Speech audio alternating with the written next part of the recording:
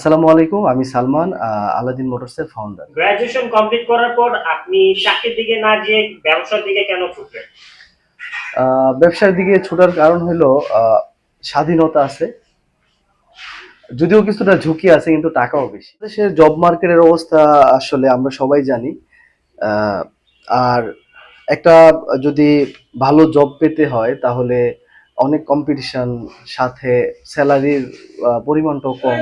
মানে starting salary দেখা যায় 15-20 হাজার, 25 হাজার টাকা। তো এই স্যালারি দিয়ে ঢাকা শহরে একটা ফ্যামিলি নিয়ে সার্ভাইভ করা অনেক কঠিন।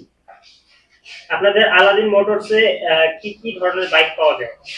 আমাদের আলাদিন মোটরসে প্রত্যেকটা ব্র্যান্ডেরই ইউজ বাইক পাওয়া যায়। আপনার ছোট বাইক